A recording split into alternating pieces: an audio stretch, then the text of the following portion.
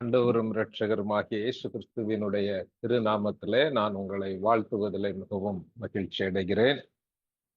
மீண்டும் இந்த 2025ஆம் ஆண்டிலே இந்த வாராந்திர உங்களுடைய குடும்ப ஜெப ஐக்கியத்திலே நான் பங்கு பெறும்படியாக தேவன் எனக்கு கொடுத்த இந்த வாய்ப்புக்காக நான் ஆண்டவரை ஸ்தோத்தரிக்கிறேன். அழைப்பு தந்த அன்பான எபனேசரண்ணன் அண்ட் ஆல் த டீம் மெம்பர்ஸ்க்கும் நான் நன்றி செலுத்த கடமைப்பட்டிருக்கிறேன். ஆண்டவர் தனி மனிதர்களை சுயாதீனத்தோடு படைத்திருக்கிறார். ஒவ்வொருவரையும் ஒரு தனித்தன்மையோடு படைத்திருக்கிறார்.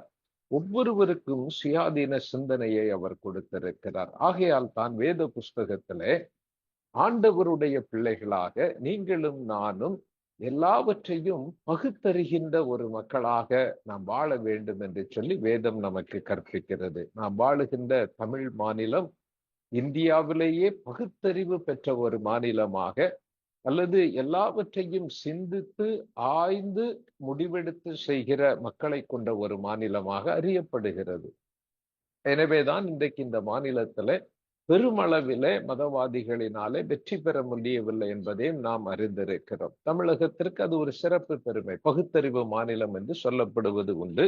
வேதம் ஆண்டவருடைய பிள்ளைகள் பகுத்தறிவு உடையவர்களாக இருக்க வேண்டும் என்று போதித்திருப்பதை நாம் வேதத்திலே காண முடிகிறது. இன்றைக்கு இந்த ஒரு சுருக்கமான வேத தியானத்திலே நாம் என்னென்ன காரியங்களிலே பகுத்தறிவுடையவர்களாக இருக்க வேண்டும் என்று வேதம் போதிக்கிறது என்பதை உங்களோடு இணைந்து நானும் சிந்திக்க நான் ஆசைப்படுகிறேன். முதலாவதாக அப்போஸ்தலனாகிய பவுல் ரோமாபுரியாருக்கு எழுதின நிருபத்தின் 12ஆம் அதிகாரத்திலே 2வது வசனத்திலே பவுல் நீங்களும் நானும் ஒரு முக்கியமான காரியத்தை பகுத்தறிகிறவர்களாக இருக்க வேண்டும் என்று அங்கே குறிப்பிடுகிறார். உங்களுக்காக நான் இந்த வசனத்தை வாசிக்கிறேன். நீங்கள் இந்த பிரபஞ்சத்திற்கு ஒத்த வேஷம் தெரியாமல் தேவனுடைய நன்மையும் பிரியமும் பரிபூரணமான சித்தம் இன்னதென்று பகுத்தறியத்தக்கதாக உங்கள் மனம் புதிதாகிறதினாலே மறுரூபமாகுங்கள். அதுல அவர் என்ன சொல்றாரு? பவுல் திருச்சபைக்கு சொல்லும் பொழுது, நீங்கள் ஆண்டவருடைய தேவனுடைய பரிபூரணமான சித்தம் இன்னதென்று பகுத்தறிகிறவர்களாக இருக்க வேண்டும். தேவ சித்தத்தை பகுத்தறிகின்ற மக்களாக நீங்கள் இருக்க வேண்டும் என்று சொல்லி அங்கே அழகாக அவர் சொல்லுகிறார். இன்றைக்கு கூட இந்த நம்முடைய இந்த கூடுகையில ஜெபித்த ஒரு அருமையான அண்ணன் ஜெபிக்கும் பொழுது அவர்கள் அந்த வார்த்தையை குறிப்பிட்டு சொன்னார்கள். ஆண்டவரே, உம்முடைய சித்தத்தை நாங்கள் செய்யும்படியாக வழிநடத்தோம். ஒவ்வொரு நாளும் ஒவ்வொரு காரியத்திலும் எங்களை வழிநடத்த. அது மிக சிறப்பான ஒரு ஜெபம் என்று நான் உணர்ந்தேன். அங்கே வேதம் அதைத்தான் போதிக்கிறது. பவுல் அதைத்தான் சொல்லுகிறார். நீங்கள் தேவனுடைய சித்தத்தை பகுத்து அறிகின்ற மக்களாக வாழ வேண்டும் என்று சொல்லி அவர் அங்கே சொல்லி இருப்பதை பார்க்கிறோம். வேதாகமத்திலே நமக்கு பவுலுடைய வாழ்க்கையை குறித்து தெரியும். அப்போஸ்தலர் புஸ்தகத்தினுடைய 9ஆம் அதிகாரத்தின் 6வது வசனத்திலே ஆண்டவரிடத்திலே பவுல் அங்கே அந்த கேள்வியை கேட்கிறார். அந்த பகுதி நமக்கு மிகவும் அறிமுகமான ஒரு பகுதி. அப்போஸ்தல நடபடிகளின் புஸ்தகத்தினுடைய 9வது அதிகாரத்துல அங்கே சொல்லப்பட்டு இருக்கிறது. சவுல் எண்ணப்பட்ட அந்த மனிதன் கிறிஸ்தவர்களை துன்புறுத்தும்படியாக ஆணையை பெற்றுக்கொண்டு அவர் தமஸ்குவை நோக்கி செல்லுகிறார்.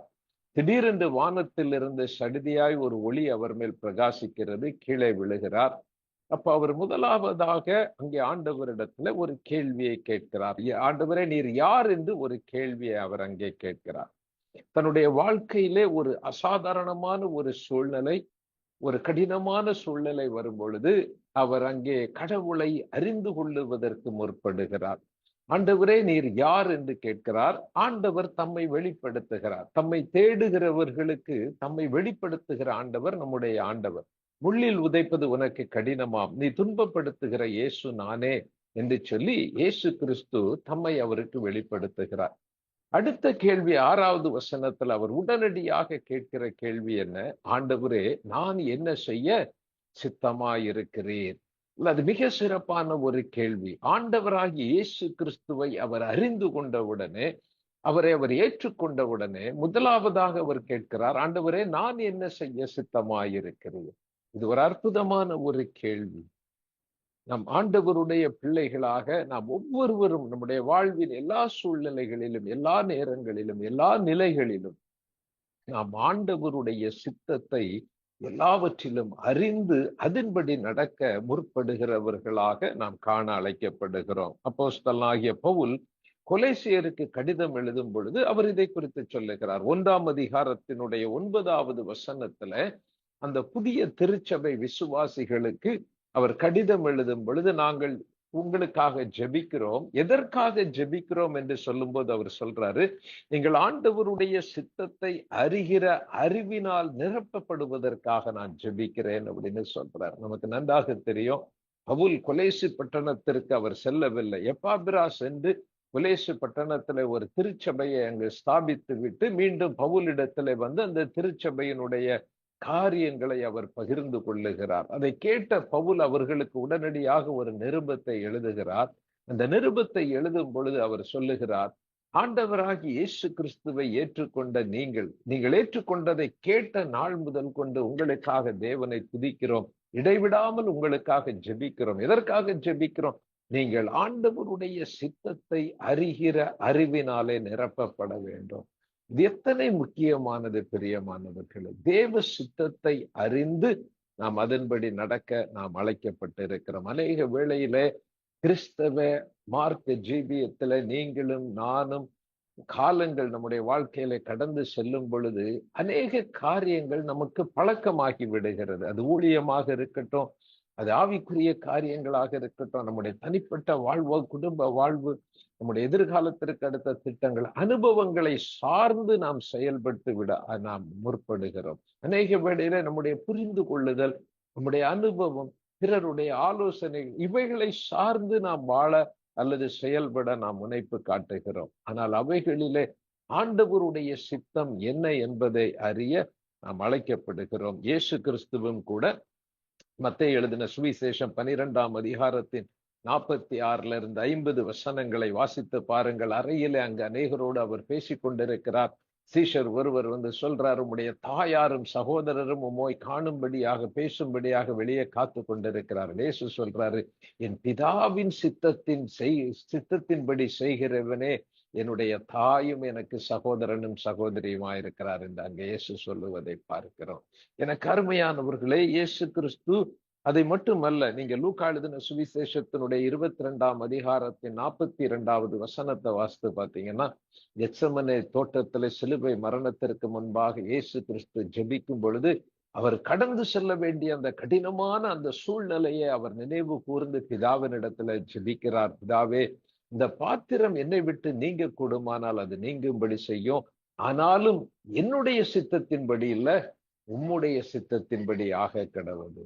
இயேசு கிறிஸ்துவும் கூட தேவகுமாரனாக இருந்தும் இந்த உலகத்திலே அவர் வாழ்ந்த பொழுது பிதாவினுடைய சித்தத்தை அறிந்து அதை நிறைவேற்றுவதிலே அவர் எத்தனை கவனமாக இருந்திருக்கிறார் என்பதை நாம் அறிந்து கொள்ள முடிகிறது.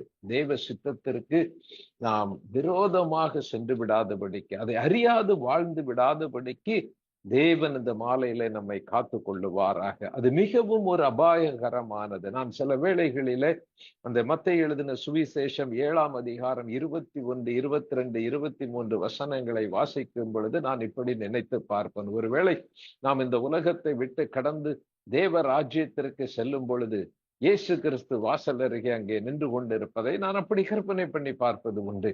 ஒருவேளை அவர் என்னை பார்த்து, நான் போனவுடன் ஆண்டவரே நான் பரலோகத்திற்குள்ள போகிறேன் அப்படின்னு சொல்லும் போது, யாருப்பா நீ, உன்னை யாருன்னே தெரியலையே. இல்ல ஆண்டவரே, நான் மிஷினரி பணித்தளத்துல ஊழியம் செய்தேன், ஆயிரமான மக்களுக்கு சுவிசேஷத்தை சொன்னேன், பிசாசுகளை துரத்தினேன், ஜனங்களை குணப்படுத்தினேன், திருச்சபைகளை ஸ்தாபித்தேன், பல ஊழியங்களை நான் உமக்காக செய்தேன்.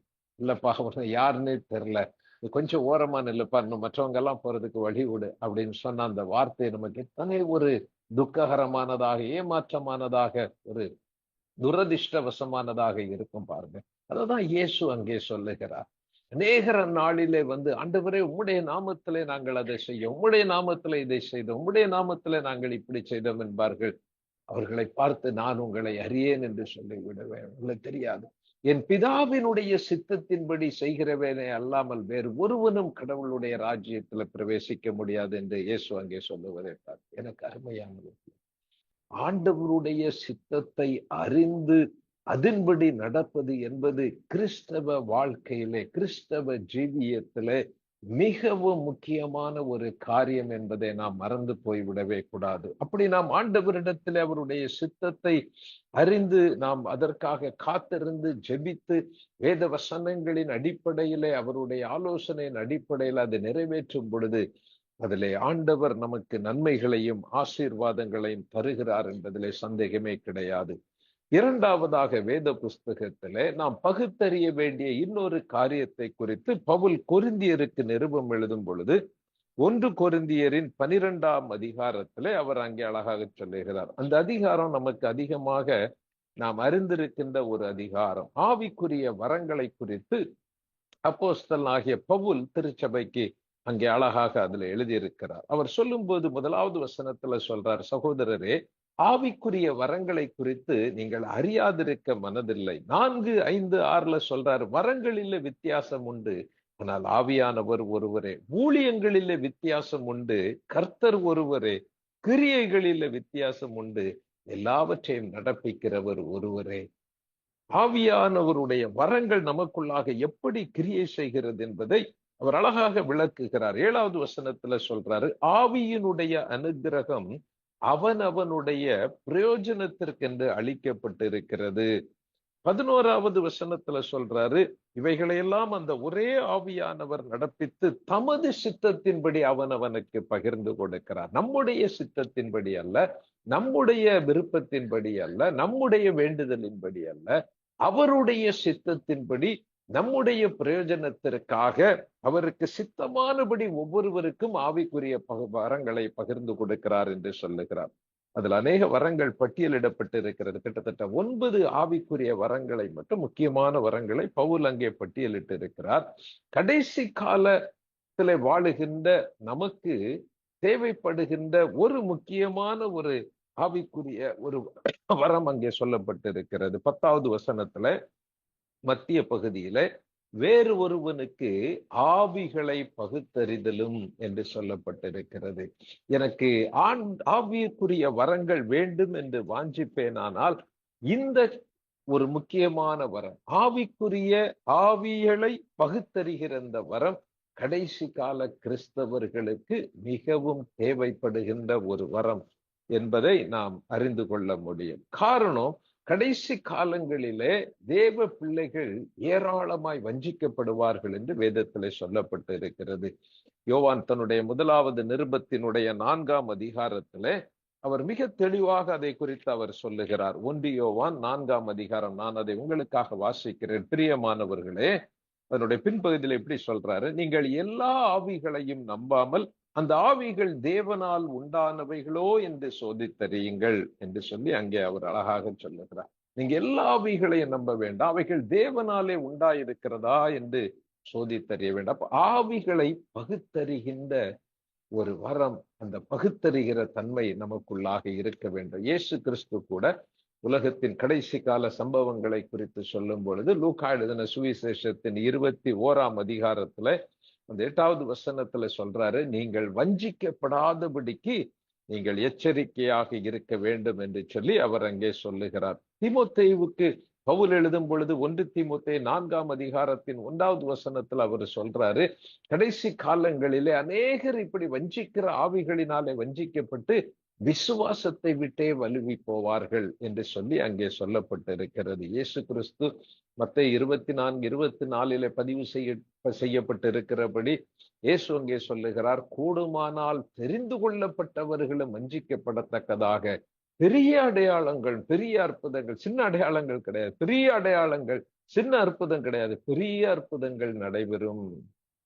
தெரிந்து கொள்ளப்பட்டவர்களும் வஞ்சிக்கப்பட்டு விடுவார்கள் என்று சொல்லி அங்கே அவர் அழகாக சொல்லுகிறார். பிரியமானவர்களே, பவுல் அதனாலதான் தெசலோனிக்கருக்கு நிருபம் எழுதும் பொழுது 1 தெசலோனிக்கர் 5ஆம் அதிகாரத்தின் 21வது வசனத்துல சொல்றாரு, நீங்கள் எல்லாவற்றையும் சோதித்து பார்த்து நலமானவற்றை மட்டும் நீங்கள் பற்றி கொள்ள வேண்டும் என்று சொல்லுகிறார். ஆவிகளை பகுத்தறிகிறவர்களாக நீங்களும் நானும் இருக்க வேண்டும். முதலாவது தேவ சித்தத்தை பகுத்தறிகின்ற கிறிஸ்தவர்களாக இருக்க வேண்டும் என்று சொல்லி நாம் பார்த்தோம். இரண்டாவது ஆவிகளை பகுத்தறிகின்ற மக்களாக நாம் இருக்க நாம் அழைக்கப்பட்டிருக்கிறோம். சமீபத்துல சாக் பூனன் அவர்களுடைய செய்தி ஒன்றை நான் யூடியூப்ல கேட்டுக்கொண்டிருந்தேன். அதுல ஒரு அழகான ஒரு ஒரு சம்பவத்தை அவர் சொன்னார். அந்த யோவான் எழுதின சுவிசேஷம் 10ஆம் அதிகாரத்தின் 7-8 வசனங்களுக்கு அவர் விளக்கம் கொடுக்கும் பொழுது, ஆதலால் இயேசு மறுபடியும் அவர்களை நோக்கி, நானே ஆடுகளுக்கு வாசல் என்று மெய்யாகவே மெய்யாகவே சொல்லுகிறது. அதை சொல்லிட்டு என்ன சொல்றார்? எனக்கு முன்னே வந்தவர்கள் எல்லோரும் கள்ளரும் கொள்ளைக்காரர்களும் ஆயிருக்கிறார்கள். அப்ப அவருக்கு என்ன சொல்றாரு? 2 விளக்கம் சொல்றாரு. ஒன்று, என்னுடைய காலத்திற்கு முன்பாக வந்தவர்கள். இன்னொன்னு என்ன சொல்றாரு? எனக்கு முன்பாக என்னை மறைத்து விட்டு, என் நாமத்தை மறைத்து விட்டு, தங்களை மகிமைப்படுத்தும்படியாக எனக்கு முன்பாக இடையூறாக நிற்கிறவர்கள் கள்ளரும் கொள்ளைக்காரர்கள். அப்படி ஒரு அர்த்தத்தையும் அதுல எடுத்துக்கொள்ளலாம் என்று அவர்கள் அதில் அழகாக விளக்கினார்கள். இயேசுவை முன்னிலைப்படுத்தாத, இயேசுவை மகிமைப்படுத்தாத, இயேசுவை முன்னிறுத்தாத எந்த மனிதர்களையும், எந்த ஆவியையும், எந்த காரியத்தையும் நீங்களும் நானும் பின்பற்ற வேண்டும் என்கிற அவசியமே கிடையாது. அந்த ஒரு தன்மை நமக்கு, அதை அறிந்து கொள்ளுகின்ற, புரிந்து கொள்ளுகின்ற ஒரு பகுத்தறிவு நமக்கு இருக்க வேண்டும். இன்றைக்கு கிறிஸ்தவ உலகத்துல பல இடங்களில இன்றைக்கு தனி மனிதர்களை, ஊழியர்களை, ஊழியங்களை, அடையாளங்களை, அற்புதங்களை, வரங்களை மையப்படுத்தி நாம் வாழும் பொழுது அநேக வேளையிலே நாம் இயேசுவை விட்டு தூரமாக நாம் சென்று விடுகிறோம். நமக்கு முன்பாக இருக்க வேண்டியவர் இயேசு ஒருவரே. இயேசுவை மையப்படுத்தி, இயேசுவை மகிமைப்படுத்தி, இயேசுவை உயர்த்தி எப்பொழுதும் நாம் வாழ, அப்படிப்பட்டவைகளை பின்பற்ற, அவைகளையே செய்ய நீங்களும் நானும் அழைக்கப்பட்டு இருக்கிறோம். 2 யோவான் 7ஆம் அதிகாரத்துல பாத்தீங்கன்னா, அதுல ஒரு சிறப்பான ஆலோசனை தெரிந்து கொள்ளப்பட்ட அந்த அம்மாளுக்கு யோவான் எழுதும் போது அவர் சொல்றார். நான் அதை உங்களுக்காக வாசிக்கிறேன். அவர் சொல்லும் போது சொல்றாரு, மாம்சத்துல வந்த இயேசு கிறிஸ்துவை அறிக்கை பண்ணாத அநேக வஞ்சகர்கள் உலகத்திலே தோன்றி இருக்கிறார்கள். இப்படிப்பட்டவனே வஞ்சகனும். அவர் அதுக்கு மேல சொல்லும் போது அவர் சொல்றாரு, இப்படிப்பட்ட உபதேசங்களை உங்களிடத்துல கொண்டு வராமல் இருந்தால் அவருக்கு வாழ்த்துதல் கூட நீங்க சொல்ல வேண்டியதில்லை, அவரை ஏற்றுக்கொள்ள வேண்டியது கூட இல்லை என்று சொல்லப்பட்டு இருக்கிறது. கடைசி காலத்துல நீங்களும் நானும் வாழ்ந்து கொண்டிருக்கிறோம். விதவிதமான உபதேசங்கள், தனி மனிதர்களுடைய ஆவிக்குரிய அனுபவங்கள் எல்லாம் இன்றைக்கு கிறிஸ்தவ உபதேசங்களாக அது மாறிக்கொண்டிருக்கின்ற ஒரு காலம். நீங்களும் நானும் சுவிசேஷத்திற்கு உடன் பங்காளியாக இந்த தேசத்தில அருட்பணியில ஈடுபட்டிருக்கின்ற நாம் ஆவிகளை பகுத்தறிகிறவர்களாக நாம் வாழ தேவனால் அழைக்கப்படுகிறோம். சமீபத்துல நான் லெந்து காலத்துல லண்டன் கன்வென்ஷனுக்காக நான் கோயம்புத்தூர்ல ஒரு குறிப்பிட்ட சேகரத்திற்கு சென்றிருந்தேன். அந்த 3ஆம் நாள் கூடுகை இரவில நிறைய பெற்ற பின்பு நானும் போதகரும் அமர்ந்து அநேக நேரங்கள் பேசிக் கொண்டிருந்தோம். நான் வழக்கமாக போதகர்களை சந்திக்கும் பொழுது ஒரு கேள்வி கேட்பது உண்டு. ஐயா, ஒரு ஆண்டுக்கு எத்தனை குடும்பங்கள் புதிதாக நம்முடைய சபையிலே ஆண்டவரை ஆராதிக்கும்படியாக இயேசுவை ஏற்றுக்கொண்டு திருமுழுக்கு பெற்று இணைகிறார்கள் என்று சொல்லி நான் கேட்டேன். அவர் சொன்னாரு, ஐயா, ஓரளவு பரவாயில்லையா, நீங்கள் நம்ம திருச்சபையில ஆண்டுக்கு 4-5 குடும்பங்கள் புதிதாக வந்து அவர்கள் திருமுழுக்கு பெற்று இணைகிறார்கள். அநேக ஊழியங்களை நாங்கள் செய்கிறோம். ஆனால் ஒரு காரியம் மிகவும் வருத்தமாக இருக்கிறது என்று சொன்னார். சொல்லிவிட்டு சொன்னார், இந்த ஆண்டு சுமார் 4 குடும்பங்கள் இதுவரைக்கும் இயேசுவை ஏற்றுக்கொண்டார்கள். ஒரு குறிப்பிட்ட குடும்பம் மிகவும் வாஞ்சையோடு, ஆசையோடு ஆலயத்தில் ஆராதனையிலே கலந்து கொள்ளுவது, ஜெபங்களிலே பங்கெடுப்பது, அவர்கள் ஊழியங்களிலே ஈடுபடுவது, எல்லாவற்றிலும் எல்லாரோடும் ஐக்கியமாய், அன்பாய் அவர்கள் பங்கு பெற்றுக் கொண்டிருந்தார்கள். அவர்களை பார்த்து எனக்கு மகிழ்ச்சியாக இருந்தது. ஒரு சில மாதங்களுக்கு பின்பு ஆலயத்துக்கு வருவதை நிறுத்திவிட்டார்கள். நான் அவர்களை விசாரிக்கும்படியாக அந்த வீட்டிற்கு செக்ஸ்டனை அழைத்துக் கொண்டு நான் சென்றேன். அவர்கள் முகம் கொடுத்து பேசவில்லை. ஏன் என்று கேட்டேன். அவங்க சொன்னாங்க, ஒரு குழுவினர் எங்களுடைய வீட்டுக்கு வந்தார்கள், வேதத்திலிருந்து வசனங்களை எடுத்து விளக்கினார்கள், யெகோவாவாகிய தேவனை மட்டுமே வணங்க வேண்டும் என்பதை எங்களுக்கு கற்றுக் கொடுத்தார்கள். வேதத்திலே அவர்கள் கூறியபடி அது எங்களுக்கு சரியாகவே பட்டது. எனவே நாங்கள் அவர்களோடு இணைந்து யெகோவாவின் சாட்சிகள் என்கிற அந்த குழுவிலே நாங்கள் ஆண்டவரை ஆராதிக்கிறோம். இனி உங்கள் திருச்சபைக்கு வர விருப்பமில்லை என்று சொல்லிவிட்டார்கள். மிகவும் மனவேதனையாக இருந்தது. வேதத்தில் அவர்கள் உறுதிப்படுவதற்கு முன்பதாகவே சத்துரு அவர்களை எத்தனை சுலபமாய் வஞ்சித்து விட்டான் என்று நினைக்கும் பொழுது மன கஷ்டமாக இருக்கிறது என்று அந்த பாதகர் வருத்தப்பட்டார். எனக்கு அருமையானவர்களே, ஆவிகளை பகுத்தறிகின்ற ஒரு வரம் நமக்கு மிக அவசியமானது. நாம் எப்பொழுதும் எல்லாவற்றையும் சோதித்து பார்த்து நலமானவற்றை வேதத்தின் வெளிச்சத்திலே எல்லாவற்றையும் ஆராய்ந்து பார்த்து இயேசுவை முன்னிலைப்படுத்துகின்ற, இயேசுவை மகிமைப்படுத்துகின்ற, இயேசுவின் நாமத்தை உயர்த்துகின்ற காரியங்கள், உபதேசங்கள், ஊழியங்கள் அவைகளை மட்டும் நாம் பின்பற்ற செய்ய நாம் அழைக்கப்பட்டிருக்கிறோம். தேவ சித்தத்தை பகுத்தறிகிற மக்களாக இருக்க வேண்டும். ஆவிக்குரிய வரங்களை நாம் ஆவிக்குரிய ஆவிகளை பகுத்தறிகிறவர்களாக நாம் இருக்க நாம் அழைக்கப்படுகிறோம். மூன்றாவதாக யூதா தன்னுடைய நிருபத்திலே ஒரு காரியத்தை குறித்து நாம் பகுத்தறிகிறவர்களாக இருக்க வேண்டும் என்று அவர் அழகாக சொல்லுகிறார். யூதாவின் நிருபத்திலே 22வது வசனத்துல அவர் சொல்லும்போது சொல்றார், அல்லாமலும் நீங்கள் பகுத்தறிவு உள்ளவர்களாக இருந்து சிலருக்கு இரக்கம் பாராட்டி சிலரை அக்கினியிலிருந்து இழுத்துவிட்டு பயத்தோடு ரட்சித்து என்று அங்கே சொல்லுவதை பார்க்கிறோம். யூதா என்ன சொல்றாரு? நீங்க பகுத்தறிவு உள்ளவர்களாயிருந்து சிலரை ரட்சித்து அக்கினியிலிருந்து மீட்டெடுத்து விட வேண்டும். பகுத்தறிவுள்ளோடு நீங்கள் அருட்பணியில ஈடுபட வேண்டும், ஆத்துமாதாய ஊழியத்துல ஈடுபட வேண்டும் என்று அவர் அங்கே சொல்லுகிறார். அதுல ஒரு வார்த்தை மிக அழகாக அவர் சொல்லுகிறார். என்ன சொல்றாரு? நீங்கள் சிலருக்கு இரக்கம் பாராட்டி சிலரை அக்கினியில் இருந்து, உலகம் முழுவதும் உள்ள அத்தனை மக்களையும் நீங்களே ரட்சிக்க வேண்டும் என்று அப்படி அவர் சொல்லல. நீங்கள் சிலருக்கு இரக்கம் பாராட்டி சிலருக்கு, அதனுடைய அர்த்தம் என்ன? எல்லா மனிதரும் ரட்சிக்கப்படவும், எல்லா மனிதரும் சத்தியத்தை அறிகிற அறிவை அடையவும் ஆண்டவர் சித்தம் உள்ளவராயிருக்கிறார். ஆனால் அந்த ரட்சிப்பின் திட்டத்திலே எனக்கென்று ஒரு பங்கை தேவன் நியமித்து வைத்திருக்கிறார். என்னுடைய பங்கை நான் நிறைவேற்றுவதிலே நான் கவனமாக இருக்க வேண்டும். அதிலே நான் பகுத்தறிவுள்ளவனாக இருக்க வேண்டும். ஆண்டவர் மனுமக்களினுடைய ரட்சிப்பை குறித்து ஒரு பெரிய திட்டத்தை வைத்திருக்கிறார். அதிலே எனக்கு ஒரு பங்கு உண்டு. அந்த பங்கை நான் அறிந்து நிறைவேற்றுகிறவனாக இருக்க வேண்டும். ஒருவேளை நான் ஜனங்களுடைய ரட்சிப்புக்காக ஜெபிக்கிற அந்த பங்கு எனக்கு கொடுக்கப்பட்டிருக்கலாம், கொடுக்கிற பங்கு கொடுக்கப்பட்டிருக்கலாம். நான் என்னுடைய வாழ்க்கையை முழு நேர பணிக்கின்ற அர்ப்பணித்து சென்று அவரை நான் அநேகருக்கு அறிவிக்கின்ற ஒரு பங்கு எனக்கு கொடுக்கப்பட்டிருக்கலாம், அல்லது அநேகரை ஊழியத்தில் ஈடுபடுத்தும்படியாக வழிநடத்துகின்ற ஒரு பங்கு எனக்கு கொடுக்கப்பட்டிருக்கலாம், ஒரு கைப்பிரதி கொடுக்கிற ஒரு ஊழியத்தை செய்கின்ற ஒரு பங்கு எனக்கு கொடுக்கப்பட்டிருக்கலாம். ஆண்டவருடைய ரட்சிப்பின் திட்டத்திலே எனக்கு ஒரு பங்கு கொடுக்கப்பட்டிருக்கிறது. நான் பகுத்தறிவுள்ளவனாக இருந்து அது என்ன என்பதை அறிந்து அதை நிறைவேற்றுவதிலே நாம் கவனம் உள்ளவர்களாக இருக்க வேண்டும். அதைதான் யூதா ரொம்ப அழகா சொல்றாரு. நீங்கள் பகுத்தறிவுள்ளவர்களாக இருந்து சிலருக்கு இரக்கம் பாராட்டி சிலரை அக்கினியிலிருந்து இழுத்துவிட்டு பயத்தோடு ரட்சித்து விட வேண்டும். எனக்கு அருமையானவர்கள், ஆண்டவர் நம் ஒவ்வொருவரையும் ஒரு தனித்தன்மையோடு படைத்திருக்கிறார்.